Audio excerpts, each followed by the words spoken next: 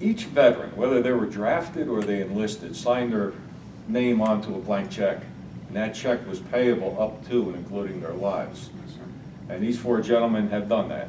And fortunately, they have survived and returned and have enjoyed life.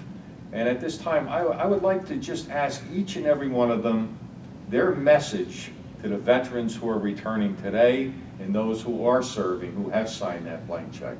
And I'll start with you, Augie. What would be your message to a young person serving today?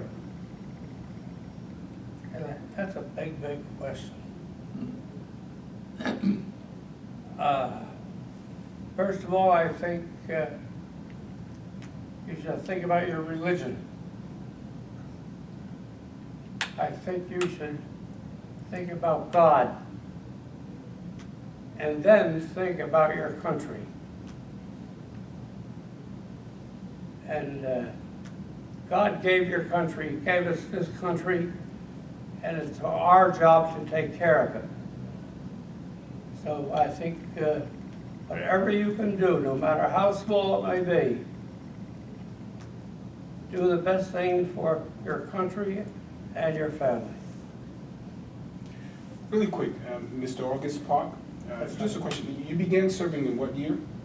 1943. And where specifically did you serve? I served in the Pacific In the Pacific. with the 4th Marine Division. Could you share just a little bit briefly about one of the experiences that most impacted your life through your service? I think, first of all, I think just join the Marine Corps. Listen to what they have to say and do what they say. Okay. My theory was, when I went in, whatever they asked me to do, I'll do, because it can't be that bad. And it has proven exactly what I have said. I did exactly what they wanted me to do, and I did it. And I'm happy the way things turned out. Mr. Park, what did you learn from serving our nation? I think when over the radio it came across that Pearl Harbor was bombed, and I said to my mother, "Where is Pearl Harbor?" And her answer was, "I don't know." And I guess it must have been several hours later on the radio, they told us where Pearl Harbor was, over in Hawaii.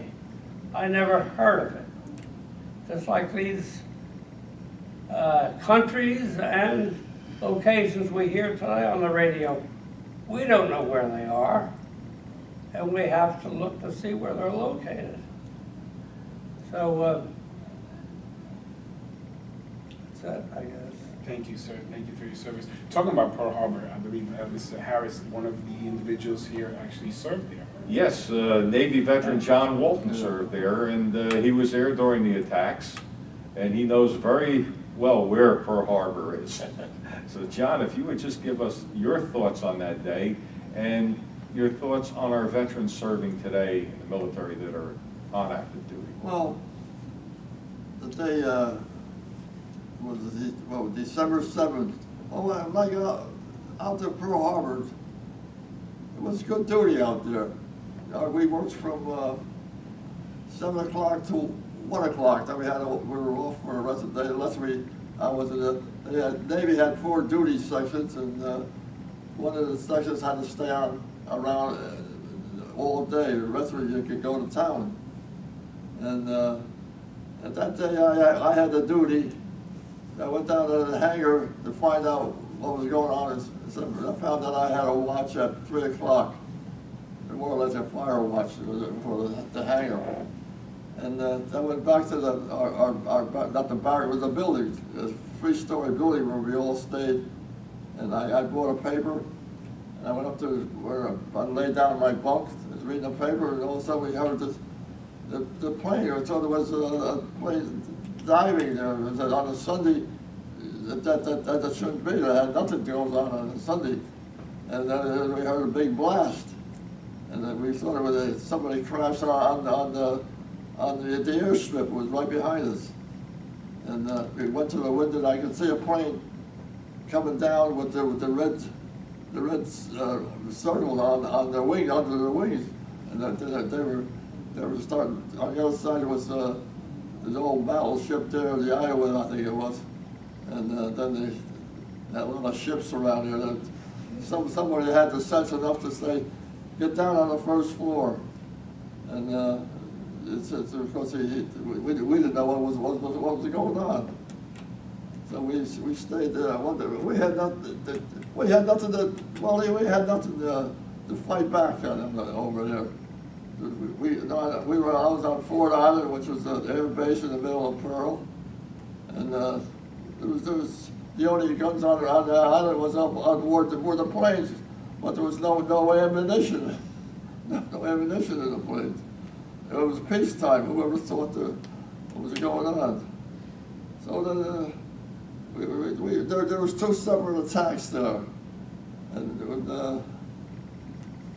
the first attack we got out to the second. We went outside. I was going to report down to the hangar, and somebody was telling the hangar is all gone. It's all the planes were all gone, and so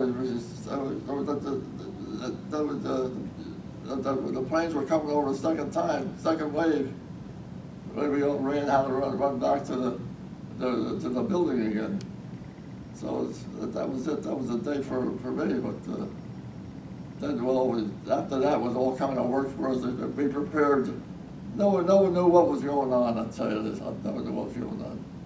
And we had the one carrier there, the Curtis, not the Curtis, the big E, and that was patrolling outside we were on the southern part of the island. The Japs came from the north part of the island, and that was it.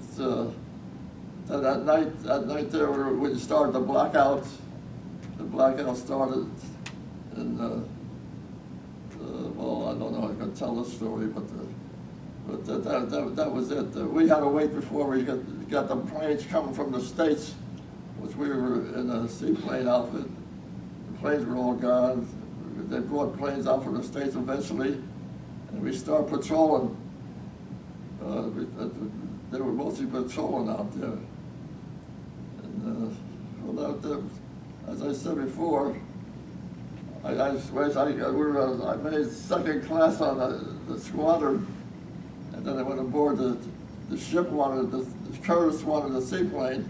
They had a seaplane, but they wanted second class regiment. So I was elected there, and I didn't like the idea, but anyway, then we went aboard the Curtis. The Curtis was a seaplane tender. Their job was to at the house and take care of the seaplanes. So we got that out in the Pacific there. That was the idea. They slept aboard them. We fueled them and everything else. And so as I said, they supplied. This day we put piled the ship up with ammunition, and we went up to that's Rio Sanders. There was a bunch of islands up there, and the Marines landed the same day on the Guadalcanal. So that was the beginning of it all. Mr. Warren, if I may ask you, I really have 2 questions that I'm curious about. Obviously, your experience with seeing our nation attacked here on American soil. I mean, obviously, it was a time of, as you mentioned, peace. How did that change your perspective after you enlisted? And what message would you give young people today regarding serving or those who look to those who have served our nation? Well, if you're going to go to service, you're better off to be an officer. a lot better living. That's impractical advice. If you're gonna, in those days, if you want to stay in a good spot, you had to learn to type. Everybody had typing at headquarters. They all that good. But today is education. Today I advise everybody education. The more education you get, today, like in our day, if you went through high school, it was a big deal. Then after that, college, what today, even in college, you need a master's degree today. You want to fly up, so I say today is more education you get, the better off you are. Excellent. Okay, next we have Jerry Siccardi, who U.S. Army veteran of European theater. And we know you served with Patton's Army, and you were present during the concentration camp releases, and you saw some horrible things happen there.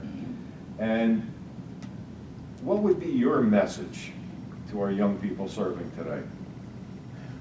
Well, I have a grandson, and he graduated from Penn State, got his engineering degree. He says, "Grandpa, I think I'll join the Army." I says, "Yeah." He said, "I gotta pay my dues." I said, "Gee, you signed up?" Signed up for 2 years. I mean, I said, "Boy, I'm really proud of you." I mean, I know not all kids can do that, but I'm proud of it. But, you know,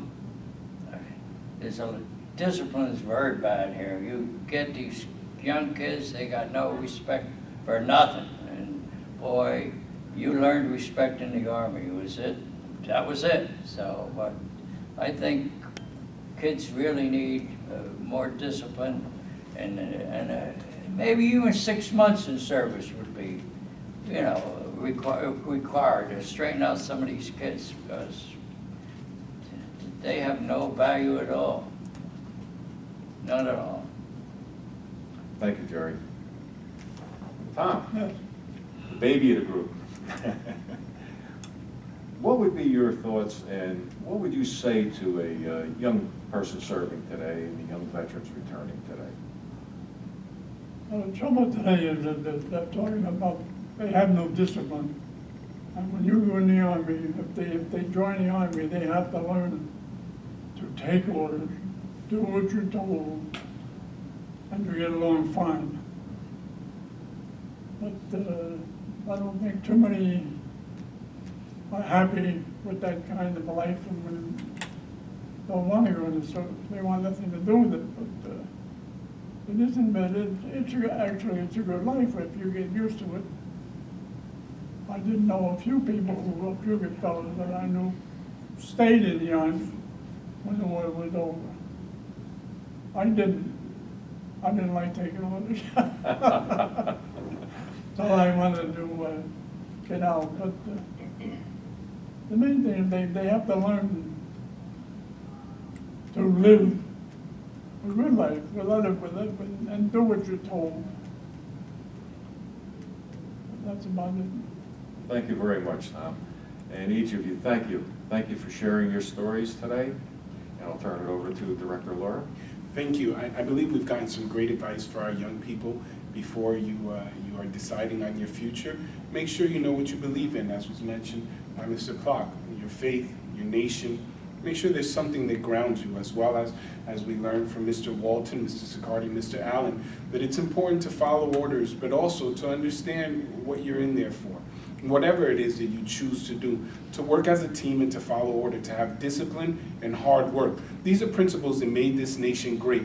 These principles haven't changed over time. I understand with every new generation we think we can reinvent it, but these are principles that created the greatest nation in the world, and these are principles that should continue.